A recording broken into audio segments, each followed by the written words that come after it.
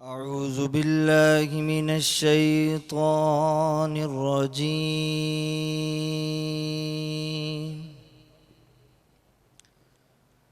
بسم الله الرحمن الرحيم. أتل ما أوحي إليك من الكتاب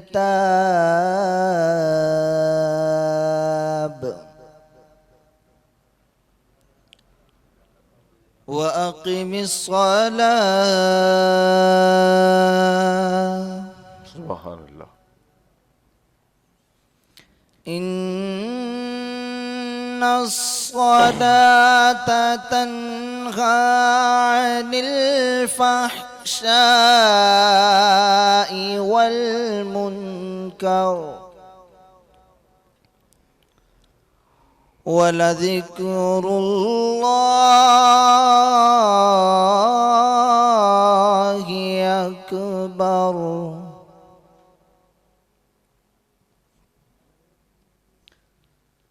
أتل ما أوحي إليك من الكتاب وأقم الصلاة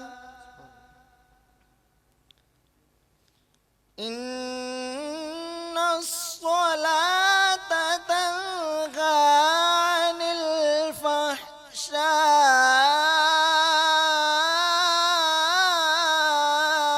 والمنكر والله يعلم ما تصنعون.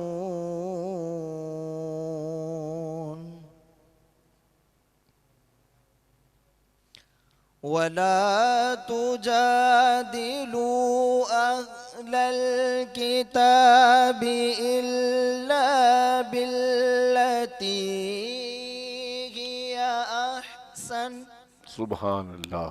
سبحان اللہ. إلا الذين ظلموا منهم وقولوا آمنا.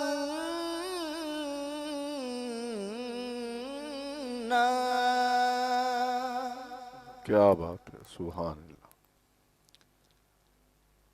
وقولوا آمنا بالذي أنزل إلينا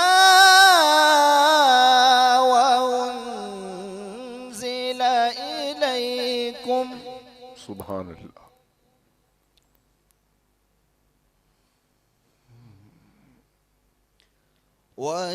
وإلهنا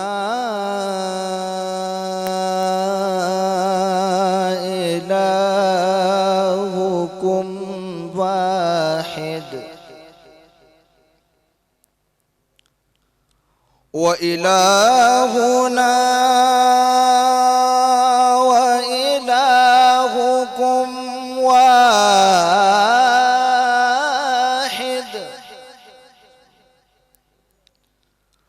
ونحن له مسلمون. صدق الله العظيم. ماشاء اللہ.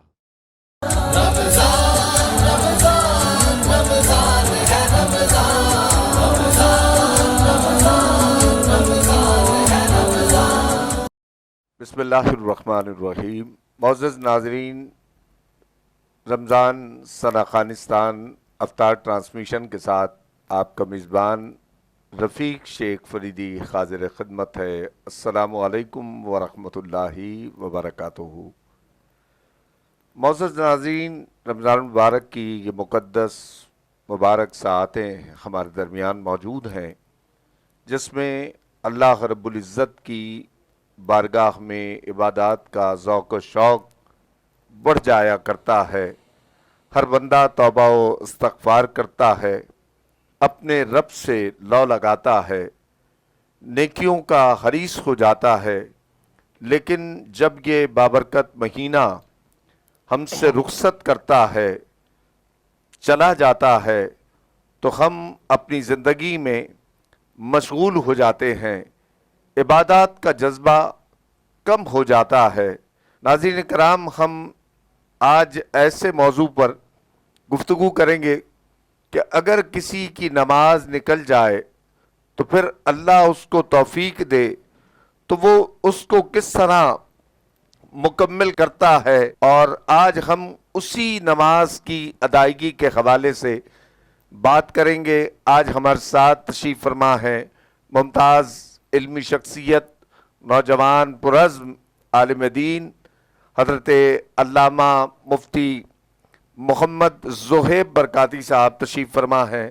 آپ کو خوش آمدید کہتا ہوں، اور معروف ثناءخواں محمد ربیع شیخ چشتی صاحب تشریف فرما ہیں، آپ کو بھی خوش آمدید کہتا ہوں۔ ناظرین کرام، آج ہم قضا نمازوں کے حوالے سے ہم آج بات کریں گے، اور اس سے قبل ہم ایک نعت جناب محمد ربیع چشتی صاحب سے گزارش کریں گے کہ وہ نعت رسول مقبول صلی اللہ علیہ وآلہ وسلم پیش فرمائیں۔ کوئی دنیا عطا میں نہیں، ہم تا تیرا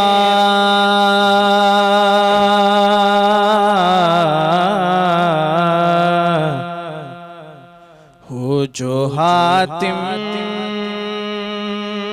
کو میسر یہ نظارہ تیرا، کہ اٹھے دیکھ کے بخشش میں یہ رتبہ،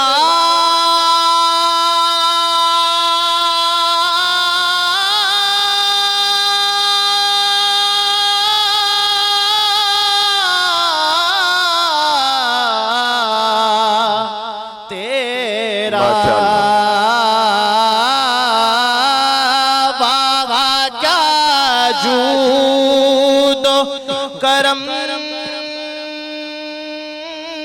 ہے وہاں کا جود و کرم ہے، شگبت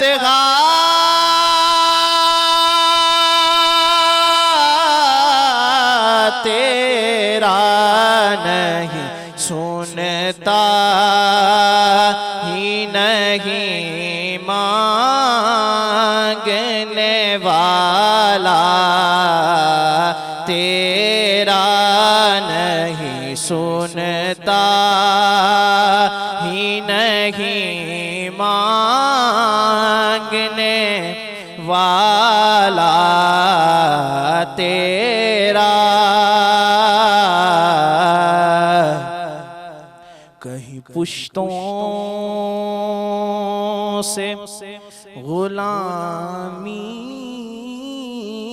کے یہ رشتے ہیں بہار،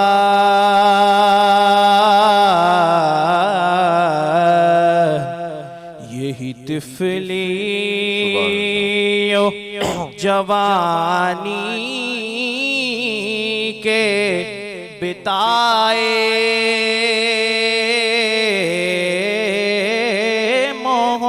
سال، اب بڑھاپے میں خدا را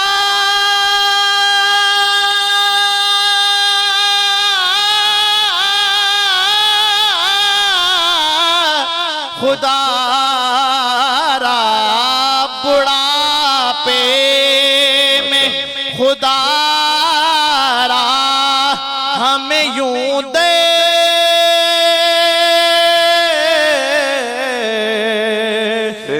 نہ ٹال، تیرے ٹکڑوں سے پلے غیر کی ٹھوکر پہ نہ ڈال، جھڑکیاں کھائیں کہاں چھوڑ کے صدقہ تیرا، جھڑکیاں کھائیں کہاں چھوڑ کے صدقہ تیرا۔ آج ہم بات کریں گے قضا نمازوں کے حکم کے حوالے سے۔ ادا قضا کا اعادہ کسے کہتے ہیں؟ الحمدللہ رب العالمین والصلاة والسلام علی سید الانبیاء والمرسلین۔ جواب دینے سے قبل چند کلمات اظہار تشکر کے لیے کہنے لگا ہوں۔ بہت ہی خوش آئین بات ہے کہ نوجوان ثنا خان، اور بہت خوبصورت نام کے ساتھ کہ ثنا خانستان، یہ نام ایک انفرادی بھی ہے۔ جس طرح نام انفرادی ہے، میری امید ہے کہ جذبہ بھی انفرادی ہوگا۔ کوششیں پر رونق نظر آ رہی ہیں، اللہ تعالیٰ ان تمام کوششوں میں برکتیں عطا فرمائے اور آپ لوگوں کو سبھی کو آپ کی نیتوں کے مطابق اجر عطا فرمائے۔ بہت اچھا سوال ہے ثنا خانستان کے پینل کے حوالے سے کہ ادا، قضا اور اعادہ کسے کہتے ہیں۔ اکثر و بیشتر ہم یہ الفاظ سنتے ہیں تو ہمارے ذہن میں شش و پنج کی سی کیفیت ہوتی ہے کہ ادا کیا چیز ہے، قضا کیا چیز ہے اور اعادہ کیا چیز ہے۔ شریعت مطہرہ میں اس کی بڑی آسان سی تعریفات ہیں۔ پہلی تعریف ہے ادا کی، وہ کیا ہے؟ جس کام کا حکم بندوں پر ہے، صحیح، اگر وہ کام مقررہ وقت میں ادا کر لیا جائے تو اسے ادا کہیں گے۔ صحیح، آسان سی تعریف۔ بالکل۔ قضا کی تعریف کیا ہے؟ وہی مقرر کام اگر وقت گزرنے کے بعد ادا کیا جائے تو اسے ادا نہیں، اب اس کا نام قضا ہو جائے گا۔ ٹھیک ہے، یہاں ادا اور قضا مکمل ہو گئی۔ اب آپ نے جو تیسرا جز رکھا سوال میں کہ اعادہ کسے کہتے ہیں، اب جس کام کا حکم تھا بندے پر، وہ شخص وہ کام کر رہا ہے، کرتے کرتے اس کام میں کوئی کمی، کوئی فساد برپا ہو گیا تو اس کمی اور فساد کو دور کرنے کے لیے نماز کو دوبارہ سے پڑھا جاتا ہے، اسے کہتے ہیں اعادہ۔ صحیح، تو یہ تعریفات ہیں ادا، قضا اور اعادہ۔ ٹھیک ہے۔ حضرت صاحب، بلا عذر شرعی نماز کو قضا کرنا کیسا ہے، اس کی وعید کیا ہے؟ بلا عذر شرعی نماز کو قضا کرنا بہت سخت ترین گناہ ہے، اور دین اسلام وہ واحد دین ہے کہ اس نے زندگی گزارنے کے تمام تر دروس اپنے دامن میں موجود رکھے ہیں۔ اب جو شخص نمازوں کو ادا کرتا ہے، یقینی سی بات ہے اس کے لیے کئی طریقے کے انعامات اسی دین میں موجود ہیں۔ صحیح، اور جو نماز کو بے وجہ بغیر عذر شرعی، عذر شرعی سے مراد ہے کہ شریعت نے آپ کو کوئی ایک ایسی وجہ دی ہو کہ جس کی وجہ سے آپ یہ نماز کو قضا کرتے ہیں، تو عذر شرعی سے مراد یہاں یہ ہے۔ بلا عذر شرعی بہت سخت گناہ ہے، اور جو شخص بغیر کسی وجہ کے نماز چھوڑ دے تو اس کے بارے میں حدیث مبارکہ کا مفہوم ہمیں یہ ملتا ہے کہ جو شخص سستی کی وجہ سے، غفلت کی وجہ سے نماز کو چھوڑ دیتا ہے تو اس کا نام جہنم کے دروازے پر لکھ دیا جاتا ہے۔ اللہ اکبر، اللہ۔ اس سے بڑھ کر ایک مسلمان کے لیے وعید کیا ہو سکتی ہے کہ ہمارا مطلوب مقصود یہ ہے کہ اللہ کی رضا ملے، رسول پاک کی رضا ملے، اور ان دونوں کی رضا حاصل کرنے کے سبب ہماری منزل آخری جنت ہمیں مل جائے۔ تو بندہ اگر کام کرے تو ایسے کام کرے نہ کہ یہ کہ دل دکھانے والی باتیں ہوں۔ تو اللہ تعالیٰ کی بارگاہ میں دعا کریں کہ اللہ تعالیٰ ہمیں نمازوں کو بلا عذر شرعی چھوڑنے یعنی قضا کرنے کے گناہ سے بچائے۔ خواتین میں جو ایام مخصوصہ ہیں اس کے لیے میں مطلب قضا نماز ہو گئی تو وہ کس طرح؟ اصل میں یہ دیکھیں، ایام مخصوصہ جو آپ نے بات کی نا، ایام مخصوصہ کی حالت میں جو نمازیں آ رہی ہیں وہ معاف ہیں۔ اچھا، تو قضا کا تو کوئی تصور ہی نہیں بنتا۔ ٹھیک ہے، یہ جو بچے کی پیدائش سے لے کر نفاس کے حوالے سے جو آپ بات کر رہے ہیں، یہ 40 دن کی نمازیں یہ 40 دن گزرنے کے بعد ادا کی جائیں۔ ٹھیک ہے، ٹھیک ہے حضرت صاحب، اس حوالے سے قضا نمازیں جس کے ذمے ہوں وہ نفل پڑھ رہا ہو اور قضا نمازیں ادا نہ کرے تو اس کے لیے کیا حکم ہے؟ ٹھیک، ایک شخص ہے، اس کے ذمے بہت ساری قضا نمازیں موجود ہیں، ٹھیک ہے، اور اس کی کثرت سے عادت یہ ہے کہ وہ نفل پڑھتا ہے،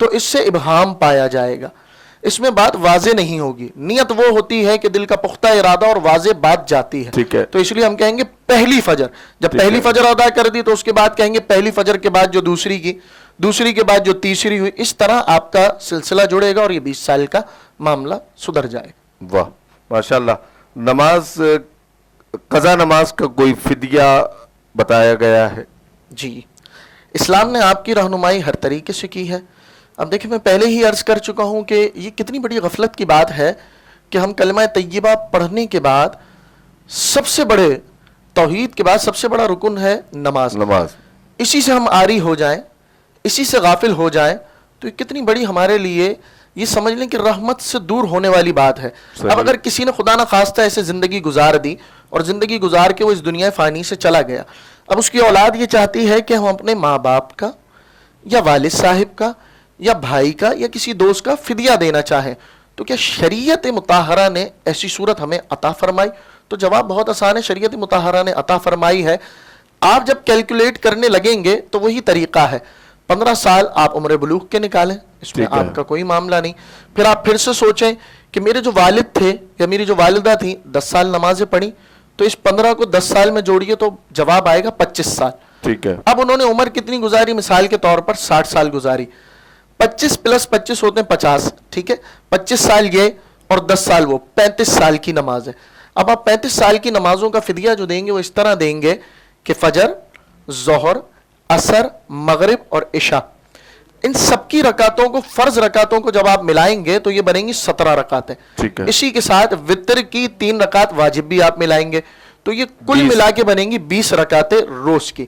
اب اس میں طریقہ کار یہ ہے کہ ہر نماز کا جو فدیہ ہوگا وہ ہوگا 100 روپے, تو ایک دن کے حوالے سے بنیں گے 600.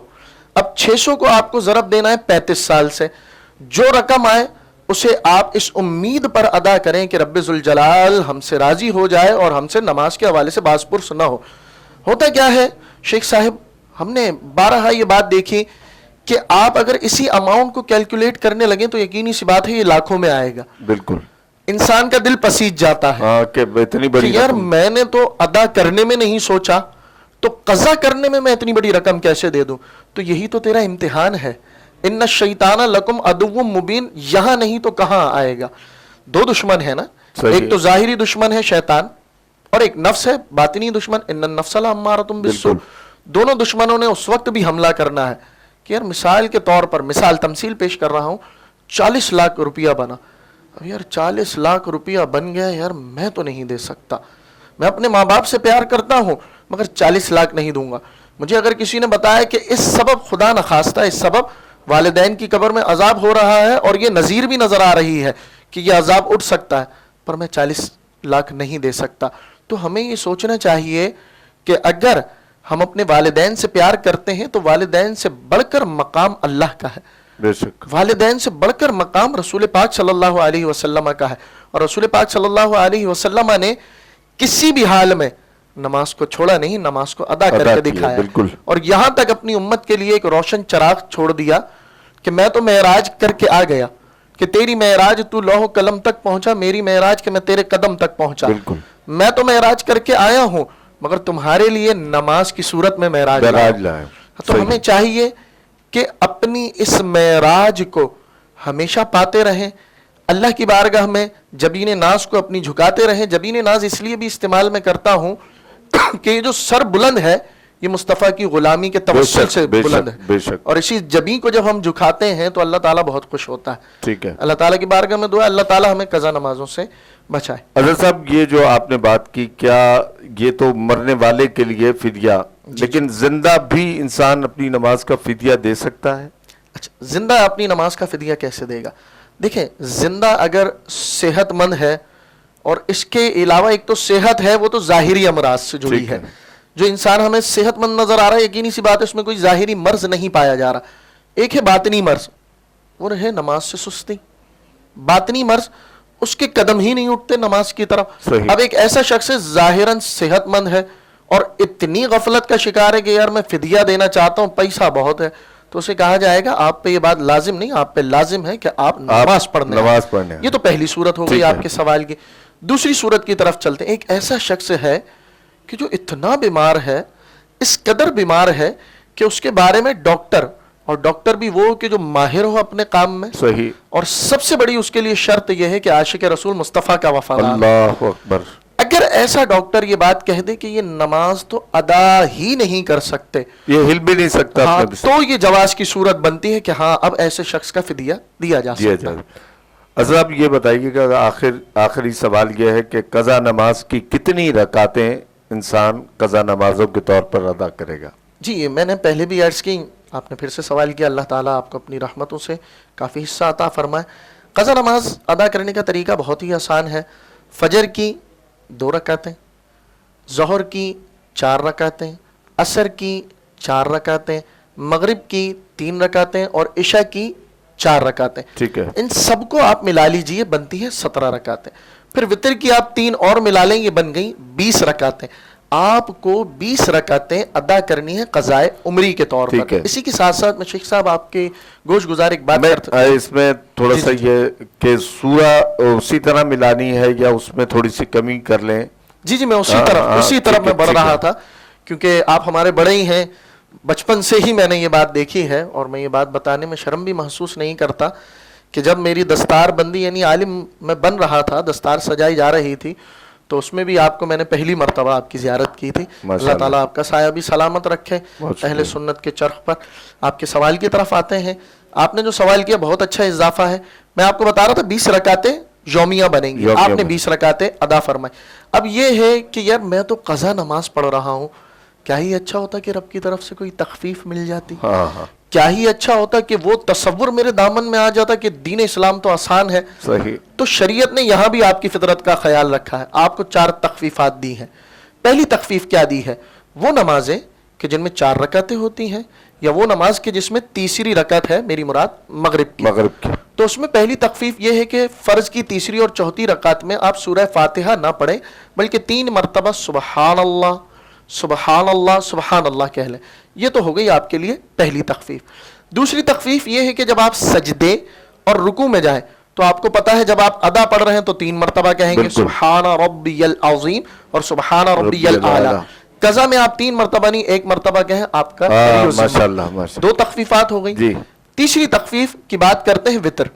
وتر میں آپ کو پتا ہے کہ جب ہم تکبیر پڑھتے ہیں، رفع یدین کرتے ہیں، یہ رفع یدین ہی ہے، لوگ ہم پہ اعتراض کرتے ہیں رفع یدین نہیں، وتر میں ابھی تک باقی ہے۔ وہ اس لیے باقی ہے جس میں مصطفیٰ نے باقی رکھا باقی ہے، جس میں منع فرما دیا ختم ہو گیا، اس میں بات ختم۔ اب ہم نے تکبیر قنوت پڑھی، تکبیر قنوت کے بعد آپ کو پتا ہے کہ دعائے قنوت پڑھی جاتی ہے، مگر قضا نماز جب بندہ ادا کر رہا ہے، شریعت نے کہا اب تو دعائے قنوت نہ پڑھ، بلکہ 3 مرتبہ کہہ دے رب اغفر لی رب اغفر لی رب اغفر لی۔ یہ ہو گئی 3 تخفیفات۔ اب قعدہ اخیرہ، چاہے 2 رکعت والی کا ہو، 3 رکعت والی کا ہو یا 4 رکعت والی، آپ قعدہ اخیرہ میں موجود ہیں۔ یہ چوتھی تخفیف کا ذکر کرنے لگا ہوں، آپ قعدہ اخیرہ میں موجود ہیں۔ آپ نے تشہد پڑھی، تشہد کے بعد ادا میں کیا معاملہ ہے؟ آپ درود ابراہیمی پڑھتے ہیں، دعائے معصورہ پڑھتے ہیں، کچھ لوگ ڈبل پڑھتے ہیں نور علی نور، مگر قضا میں آپ کے لیے اتنی آسانی کر دی گئی، شریعت نے آپ کو کہا آپ نے التحیات یعنی تشہد مکمل کی، آپ کہیں اللہم صلی علی محمد و علی آلہ، یہ کہیں اور سلام پھیر دیں، یہ 4 تخفیفات سے آپ کا معاملہ حل ہو جائے۔ بہت شکریہ حضرت صاحب، آپ نے بہت خوبصورت گفتگو فرمائی، آپ ہمارے پروگرام میں تشریف لائے، آپ کو بہت شکریہ۔ اور میں آج کی اس نشست میں سینئر ثنا خواں محترم جناب حاجی محمد افسر شیخ چشتی صاحب ہمارے پروگرام کی زینت بنے ہیں، آپ کو خوش آمدید بھی کہتا ہوں اور آپ سے گزارش کرتا ہوں انشاءاللہ پروگرام کے آخر میں اپنا کلام پیش کریں گے۔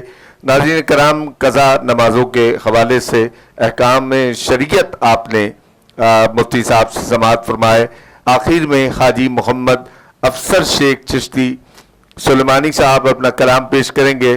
اپنے میزبان رفیق شیخ فریدی کو اگلے پروگرام تک کے لیے اجازت دیجیے۔ اللہ نگہبان۔ اے سبز گنبد والے منظور دعا کرنا، جب وقت نزائے دیدار عطا کرنا، اے سبز گنبد والے منظور دعا کرنا سبحان اللہ جب وقت نزا آئے دیدار عطا کرنا مجرم ہوں جہاں بھر کا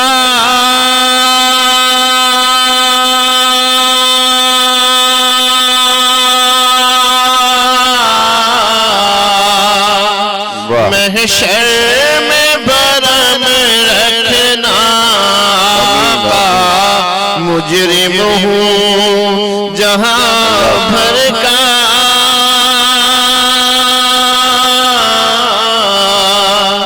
محشر میں برم رکھنا رسوائے زمانہ ہوں کملی میں چھپا لینا رسوائے زمانہ ہوں کملی میں چھپا لینا مقبول دعا میری للہ ذرا کرنا جب وقت نزا آئے دیدار عطا کرنا سبحان میں قبر اندھیری میں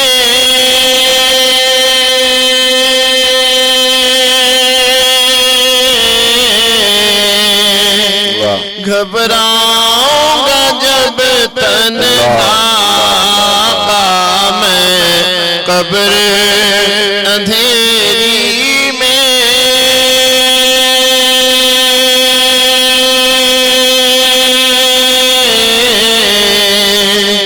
گھبراؤں گا جب تنہا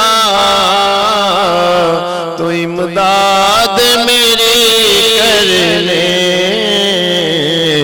آ جانا میرے آقا امداد میری کرنے آ جانا میرے آقا روشن میری تربت کو اے نور خدا کرنا جب وقت نزا آئے دیدار عطا کرنا چہرے سے